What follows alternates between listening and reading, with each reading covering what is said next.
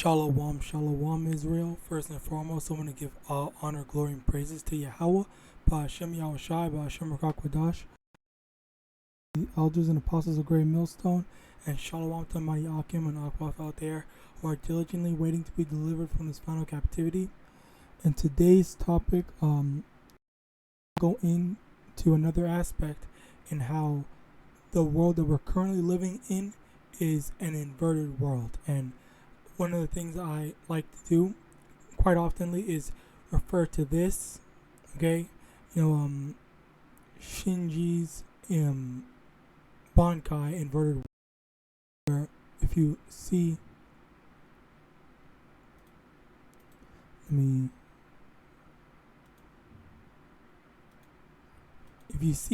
here, Aizen is upside down, or Slakia, he is right side up, in the viewer's point of view, and Shinji and everything else is upside down. Okay, so like this is the reality of things. Okay, like this Aizen represents us, okay, and the world, or like the background, whatever, represents the world that we're living in, how things are structured, and Shinji represents, because he is the one that made, in this media, he made the world upside down or inverted, and then Esau made the world upside down or inverted. So this is the I guess symbolism, I guess, in my viewpoint in the world, as well as how all the scriptures paint the world to be. Okay.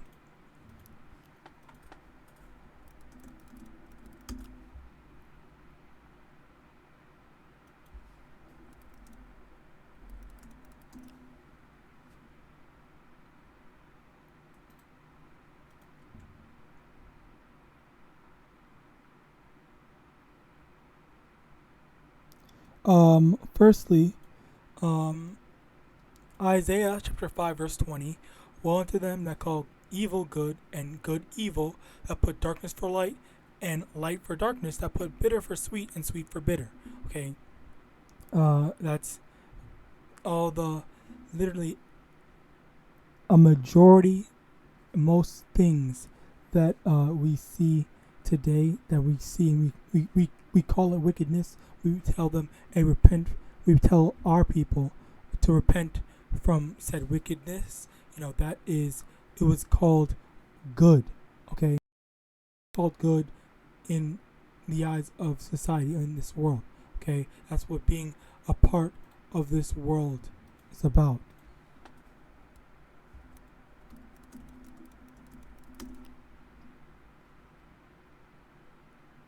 John 15:19, if ye were of the world would love his own, but because ye are not of the world, but I have chosen you out of the world, therefore the world hates.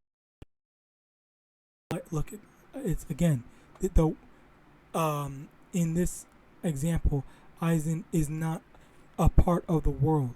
Well, symbolically, he's not a part of the world because he's right side up, while the world and the person that made the world like that is a part of the world.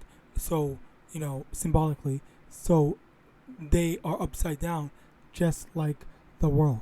Okay, so we are hated of the world, and this leads to one of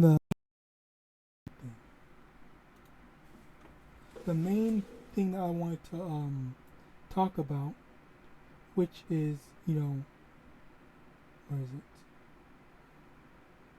Let me get my phone. Yeah. So the main thing I wanted to talk about is,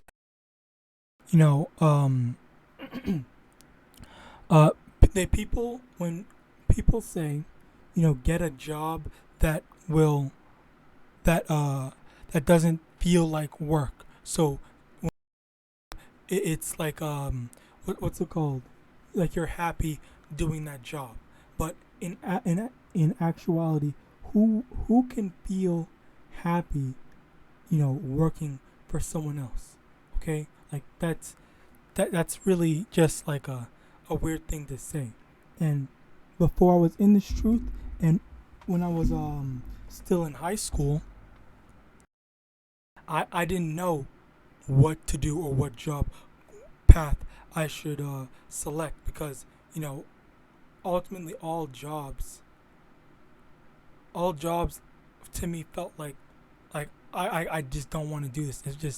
It's boring and stuff like that, and whatever. So I just honestly I felt I just got like really really depressed as I was about to finish school and go to college, and then just not knowing to put something just so I could go to college or whatever. And that was just a very it was a very sad part of my life, or depressing part of my life, because I really just did not know what I was gonna do, what to do. I just felt like is this really like what I have to look forward to in my life, just like working for the rest of, and someone else said it as well, working for the rest of your after you, like, Slacky, let me start over. You When you're born and you're a kid, you go to school as a kid, as a teenager or whatever. Maybe you go to college, and after you get all that education and learning and whatever, which doesn't really prepare you for the real world, then you work for the rest of your life.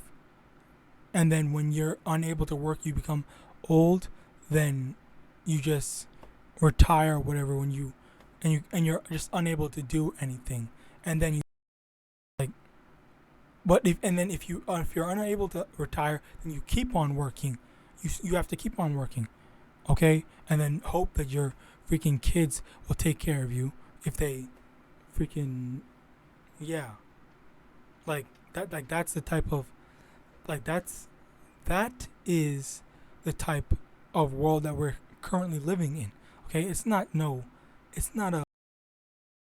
exaggeration. I didn't say anything that was exaggerated. I didn't say anything that was a lie. Like, this is literally reality. Okay? Like that. And it even sounds depressing. Like you can't really, no one can really say that working for the rest of their lives is something that you look forward to. It's not a very appealing future. All right, so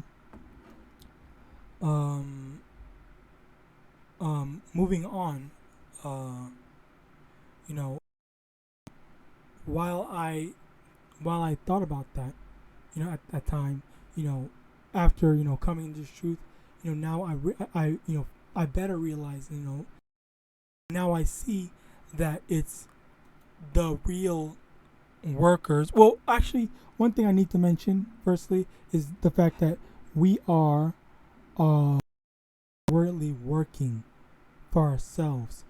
Okay, because there's a difference between working for yourself. If you work for yourself, you're able to, build up to. Let me get a scriptural example.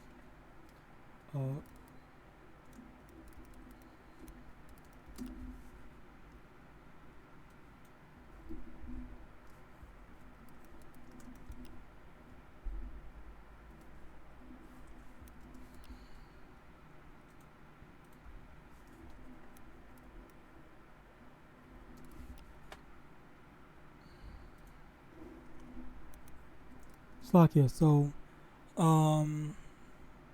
Luke chapter 12, verse 16. And he spake a parable unto them, saying, the ground of a certain rich man brought forth plentifully. And he thought within himself, saying, what shall I do, because I have no room where to bestow my fruits? And he said, this will I do. I will pull down my barns and build greater, and there will I bestow all my fruits and my goods. And I will say to my soul, soul, thou hast much goods laid up for many years. Take thine ease, eat, drink, and be merry. Okay, basically, we're able to have our own farms, barns, and whatever. Have our own things.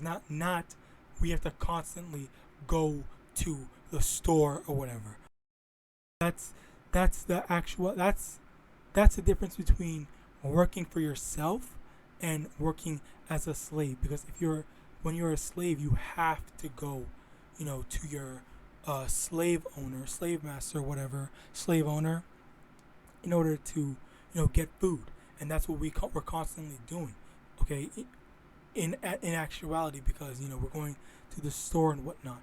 Okay, yeah, we have like fridge to store food, but like ultimately, it's not. We don't have anything that's up.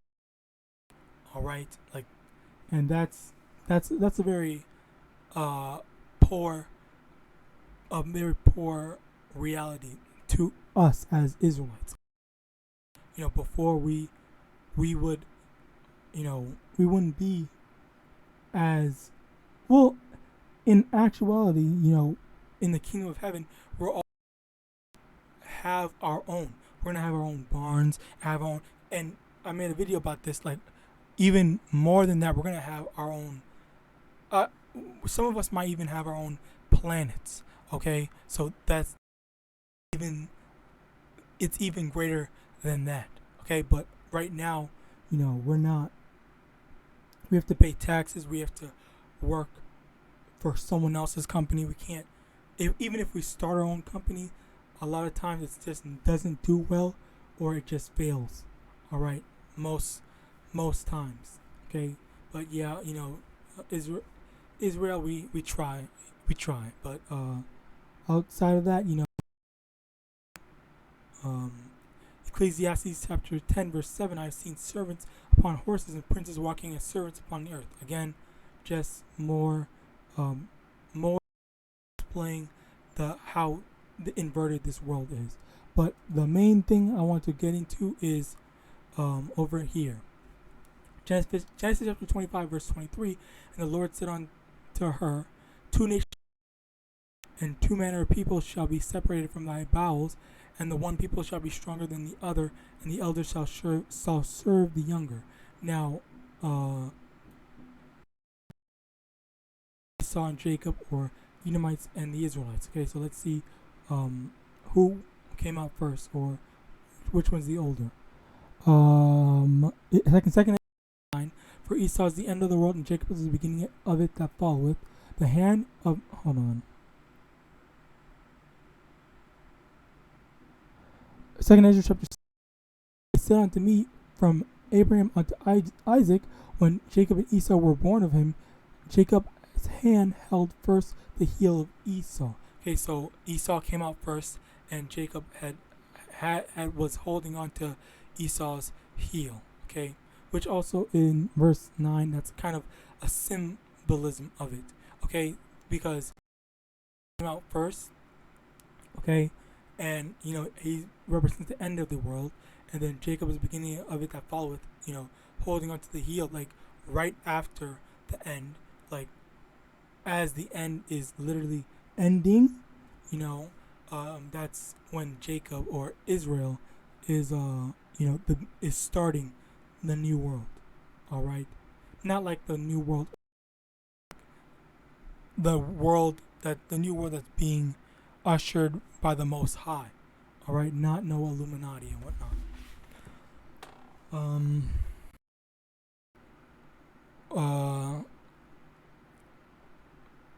Okay, so yeah, here the elder shall serve the younger. Which is, the Edomites should be serving the Israelites. Okay, and the fact that it's not happening right now, it's going to happen. Okay, and that's the reality of it, because you see Jake just does not like to work. Jake is called lazy and whatnot, but there are some that have to work, and there are good hardworking Israelites. Okay, that are carnally hardworking, as well as spiritually hardworking, which is the hard workers that are in this truth, trying to push this word out, okay, as well as the hard workers, the so-called Mexicans are stealing all our jobs and whatnot, like that kind of carnality.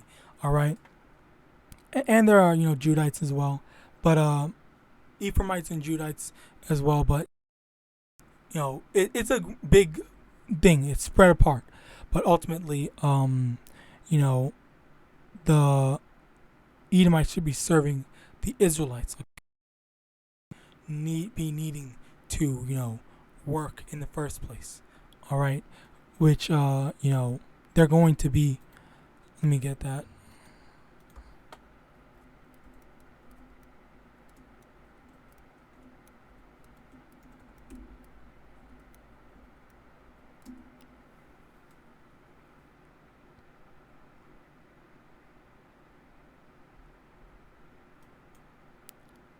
Dang, I forgot how it went. Was it Isaiah? Dang.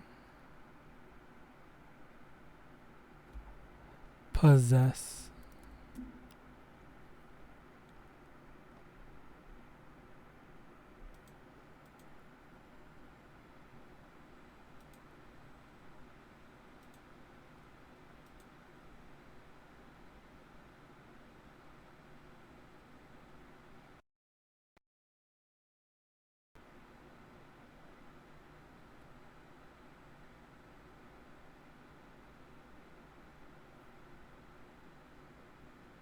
Isaiah chapter 14 from the top.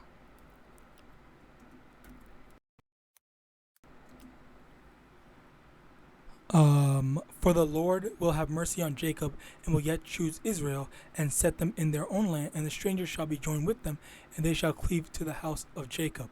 And the people shall take them and bring them to their place, and the house of Israel shall possess them in the land of the Lord for servants and handmaids, and they shall take them captives whose captives were, and they shall rule over their oppressors. Okay, so Israel is being oppressed right now, okay, and they're going to rule over their oppressors. Okay, so that's what's for us. Okay, so so ultimately it all ties in. Okay, because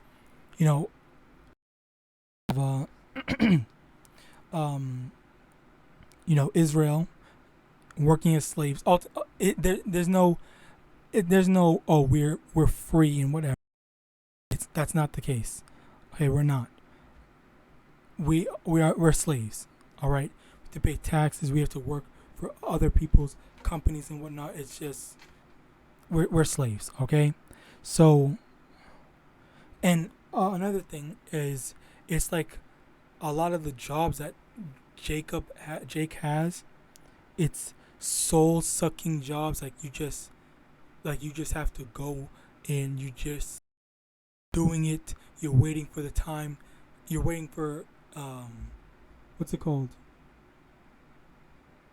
You're waiting for quitting time and whatnot, so you can go home for a short few hours. Okay, like that's it's just not okay. And then on top of that, it ties into this one, this precept.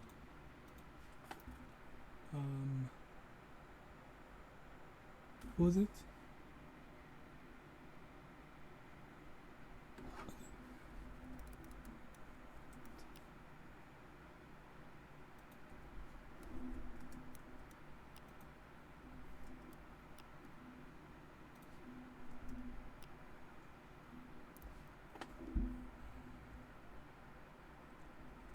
Who there not been a what was it? Secular?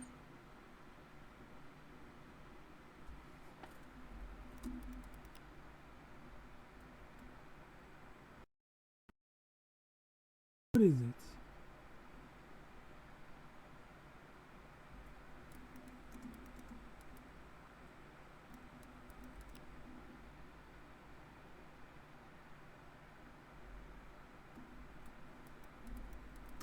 Damn.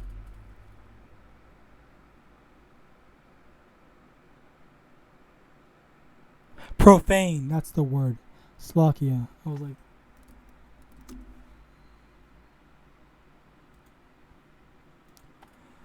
Hebrews chapter 12, verse 16. Lest there be any fornicator or profane person as Esau, for who one morsel of meat sold his birthright. Okay, so now let's just look at the word profane, because I got mixed up with profane and secular. Okay, profane, relating or devoted to that which is not sacred or biblical, secular rather than religious. Okay, so that also is how it ties in, because they're not spiritual. Okay, so there's no real soul in them. If you understand like how I'm trying to tie it in together. Okay, because they're not spiritual. They're profane. Okay, they're not biblical. They're not sacred. They don't believe in that sacred type of stuff. Okay, but Israel is, that's why we feel like the menial tasks, the menial jobs that we have to do to make a living is just it feels like nothing to us. But on the other hand, well, and it's not a real comparison, but like being a slave to the Most High, like that makes us feel like, because there's meaning to it. Okay, there's not only meaning, but like a big payoff to it, I guess. Okay, but I think, yeah, like the meaning behind it is, what the Most High has in store for us, as well as, I don't know, the spiritual love, the spiritual weight of it, the glory. All right.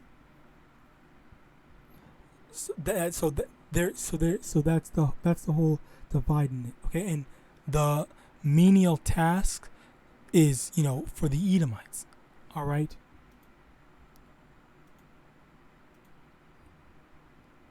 Let me get that. So that that's also why it says in Genesis 25:23, the elder shall serve the younger, but also Genesis chapter 27 verse 40, and by thy sword thou shalt thou live, and shalt serve thy brother. Okay, so even Isaac, when he was blessing Esau, he was saying that Esau, you have to serve your brother. All right, but that hasn't come to pass yet, so we're waiting on that. Proverbs chapter 29 verse 2. No. Romans 9:12. It was said unto her that. All right, just more confirmation. All right, now finally, okay, you understand. We have to understand that a lot of times that even Edomites, Elamites, Moabites, whatever, all the nations of the people, they're not happy. They're not thriving. Okay, it's not a good place. Okay, so the answer to that, to fixing that, is Proverbs 29 verse 2. When the righteous are in authority, the people rejoice, but when the wicked bear, people mourn. All right, so that's what we need. That's what we look forward to. Okay, so when YAHAWASHI is ruling, then that's when the people will rejoice. Okay, but we don't want the wicked, that's saying, that's flipping the world upside down, saying bad is good and good is bad and whatnot. We don't want that to be over us and just, making people, not only making people suffer, just making people sad, depressed, and whatnot. All right, and with that, I hope this lesson was edifying. Honor, glory, and praises to Yahawah, Ba'ashim Yahawashi, Ba'ashim Rakakadash.